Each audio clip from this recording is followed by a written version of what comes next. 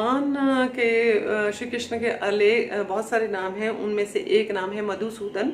उनको मधु, क्योंकि उन्होंने मधु नाम के एक असुर को मारा था, डेविल को मारा था, इसलिए उनका नाम मधुसूदन हो गया। और वो जो गायें थी, यानी कि काउस थी, क्योंकि ग्वाले थे, गायों को पालते थे, तो जो भी गौ थी और हमारी जो सेंसेस को आनंद देने वाले होने के कारण इनको गोविंद भी कहा जाता है। और इनके फादर का नाम वसुदेव था, तो इसीलिए श्री कृष्ण को वासुदेव भी कहा जाता है। और देवकी इनकी माता का नाम था, इसलिए इनको देवकी नंदन भी कहा जाता है। वृंदावन में यशोदा के साथ बाल क्रियाएं करने की वजह से इनको यशोदा नंदन भी कहा जाता है। यानी कि देवकी ने तो इनको पैदा किया था, लेकिन इनकी जो पालना पोषणा जो की थी वो यशोदा जी ने की थी, इसलिए इनको यशोदा नंदन भी कहा जाता है। और अपने मित्र अर्जुन के ये सारथी बने, सारथी जो कि रथ चलाता है, तो इसलिए इनको पार्थ सारथी भी कहते हैं। इस श्लोक में उन्होंने अर्जुन को धनंजय बोला है, क्योंकि जब इनके बड़े भाई को यज्ञ को समापन करने के लिए बहुत सारे धन की आवश्यकता हुई थी, तो उसे प्राप्त करने में अर्जुन ने सहायता की थी, इसीलिए उनको धनंजय कहा जाता है। और अर्जुन के भाई भीम जो हैं उनको वृकोदर कहलाते हैं, क्योंकि वो सबसे ज़्यादा खाते भी हैं और सबसे ज़्यादा जो ह्यूमैनिटेरियन कार्य करते हैं, मानवीय कार्य करते हैं। जैसे कि उन्होंने बहुत बड़े राक्षस हिडिंबासुर का वध किया था। तो पांडवों के पक्ष में श्री कृष्ण इत्यादि विभिन्न व्यक्तियों द्वारा विशेष प्रकार से शंख को बजाया जाना युद्ध करने वाले सैनिकों के लिए अत्यंत प्रेरणाप्रद था। यानी कि जो उनकी टीम थी, दे गॉट इंस्पायर्ड, उनमें काफ़ी करेज आ गया, काफ़ी स्ट्रेंथ आ गई, and they were ready to fight and to kill the enemy of the opposite side. और जो अपोजिशन थी उसमें निर्देशन देने वाले भगवान श्री कृष्ण नहीं थे, और ना ही उनके पास भाग्य की देवी श्री, जिसको हम जैसे हम कहते हैं विष्णु जी और लक्ष्मी जी, तो जहाँ पे कृष्ण हैं वहीं पे श्री होंगी, राधा होंगी, उनकी शक्ति होगी, जो कि फेमिनिन हम रूप मानते हैं। तो कहते हैं ना तो उनके पास भाग्य की देवी श्री थी और ना ही भगवान श्री कृष्ण थे, तो इसलिए युद्ध में उनकी विजय तो पहले से ही निश्चित थी। तो कहते जो शंखों की ध्वनि थी वो मानो यही संदेश दे रही थी। अब जो पांडवों के सबसे बड़े भाई थे युधिष्ठिर, तो राजा युधिष्ठिर ने अपना अनंत विजय नामक शंख बजाया, तथा नकुल और सहदेव ने, जो उनके दो छोटे भाई थे, सुघोष और मणिपुष्पक शंख बजाए। महान धनुर्धर काशीराज, परम योद्धा शिखंडी, धृष्टद्युम्न, विराट, अजय, सात्विक, द्रुपद, द्रौपदी के पुत्र तथा सुभद्रा के महाबाहु पुत्र आदि सभी ने अपने अपने शंख बजाए। तो ये शंखों के बारे में इतना विवरण है क्योंकि धृतराष्ट्र उसको पूछते हैं संजय को कि मुझे एक एक पल जो वहाँ हो रहा है मुझे उसके बारे में बताया जाए। तो जब इतने सारे शंखों का नाद हो रहा था, वहाँ पे इतना जो ध्वनि है वो बताई जा रही है, कोलाहल पूर्ण हो गई। यानी कि बहुत ही एक, अगर आप जानते हैं कि साउंड जो है वो भी भगवान का रूप है, जैसे कहते हैं ना सबसे पहले ध्वनि आई थी, तो जब ध्वनि को इतना ज़्यादा वहाँ पे बजाया गया तो आप इमेजिन कर सकते हैं जब इतनी ध्वनियाँ हों तो क्या दृश्य बना होगा, कैसी भयानक ध्वनियाँ हुई थी, जो कि आकाश तथा पृथ्वी को शब्दायमान करती हुई धृतराष्ट्र के बेटों के हृदय को विदीर्ण करने लगी। मतलब धृतराष्ट्र के बेटे जो कौरव थे उनके दिलों में भी डर पैदा हो गया। और दूसरा बताया जाए कि पांडवों को डर नहीं लगा, क्योंकि परमेश्वर की शरण को ग्रहण करने वाले को किसी प्रकार का भय नहीं रहता है, चाहे वो कितनी ही विपत्ति में क्यों ना हो। और ये तो फैक्ट है, कितनी मर्जी आपके पास प्रॉब्लम हो, अगर आप भगवान श्री कृष्ण की कृपा या अपने किसी भी इष्ट देव की शरण में चले जाते हैं और उनके ऊपर समर्पण कर देते हैं और अपने कार्य करते चले जाते हैं, एक्शन लेते चले जाते हैं, लेकिन उस भगवान को प्रेयर करते हैं, उनको अपने साथ अंग संग मानते हुए, और उस समय एक सरेंडर के भाव से कि जो भी होगा उनकी कृपा से मेरे लिए अच्छा ही होगा, उन लोगों का ना तो कोई काम रुकता है और जैसे भी होता है वो अल्टीमेटली उनकी ब्लेसिंग्स में ही बदल जाता है। तो यही यहाँ पे कहा गया है कि उनके भक्तों को कोई भय नहीं रह जाता जिनके साथ वो स्वयं होते हैं। तो उसके बाद बताया गया है कि जो अब यहाँ से शुरुआत होएगी, जो जहाँ से श्री कृष्ण और अर्जुन की जो बातचीत है वो स्टार्ट होती है।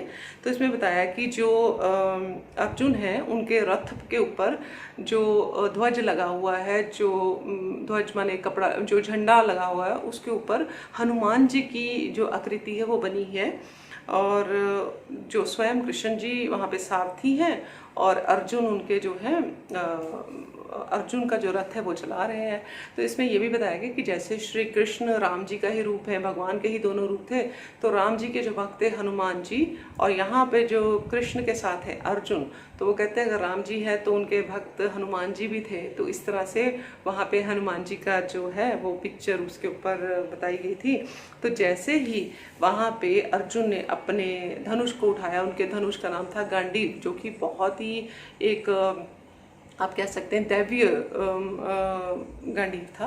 तो गांडीव मतलब जो गांडीव नाम का धनुष था, जिससे कि वो जैसे ही उन्होंने उठाया तो उन्होंने एकदम से कहा कि जो अर्जुन ने वहाँ पे जो सारे उनके भाई खड़े थे, दूसरी तरफ कौरव थे, उनको देखकर श्री कृष्ण को उन्होंने कहा, अर्जुन ने कहा श्री कृष्ण को कि हे अच्युत, कृपा करके मेरा रथ उन दोनों सेनाओं के बीच में ले चलें, जिससे मैं यहाँ उपस्थित युद्ध की अभिलाषा रखने वालों को और शस्त्रों की इस महान परीक्षा में जिनसे मुझे संघर्ष करना है उन्हें देख सकूं। यानी कि भगवान श्री कृष्ण को कहते हैं कि मेरी सेना और कौरवों की सेना के बीचों बीच मुझे ले चलो, ताकि मैं देखूं कि इधर जो लोग खड़े हैं जिनके साथ मुझे युद्ध करना है, जिनके शस्त्रों के साथ मुझे युद्ध करना है, तो मैं उनको एक बार देख सकूं कि किनके साथ मुझे युद्ध करना है। तो इसमें बताया जा रहा है कि भगवान का शुद्ध भक्त होने के कारण अर्जुन को अपने बंधु बांधवों से भी युद्ध करने की तनिक भी इच्छा नहीं थी, क्योंकि वो एक धर्म के रास्ते पे चलने वाला गुणवान व्यक्ति था। तो उसको लग रहा था कि मैं अपने ही रिलेटिव्स, मेरे कज़न ब्रदर्स हैं कौरव, मेरे ही ग्रैंडफादर है, मेरे ही गुरु हैं, तो मैं उनके साथ क्यों युद्ध करूं। उनके अंदर की ये इच्छा जो थी, एक्चुअल में उनको कोई भी डिज़ायर नहीं थी कि वो उनके साथ फाइट करें। तो लेकिन क्योंकि दुर्योधन ने कोई भी शांतिपूर्वक समझौता नहीं किया था, यानी कि उन्होंने जब अपना राज्य मांगा था तो उसने नहीं दिया, फिर उन्होंने सिर्फ 5 गांव मांगे, वो भी नहीं दिए, तो ultimately they were forced to go for this fight. तो इसलिए वो जानने के लिए, जो अर्जुन थे, जानने के लिए ये उनके अंदर क्यूरियोसिटी पैदा हुई कि मैं देखूं तो सही उधर कौन कौन मेरे सामने अपोजिशन में कौन कौन है जिनके साथ कि उनको युद्ध करना पड़ेगा। और वो देखना चाहते थे कौन लोग हैं जो कि युद्ध करने के लिए इतना तैयार हुए बैठे हैं, जिन्होंने कि कॉम्प्रोमाइज़ नहीं किया, और इतने सारे लोग जो हैं वो युद्ध करने के लिए हमसे तैयार हैं। तो कहते हैं मुझे उन लोगों को देखने दीजिए जो यहाँ पर धृतराष्ट्र के दुर्बुद्धि पुत्र दुर्योधन को प्रसन्न करने की इच्छा से लड़ने के लिए आए हैं।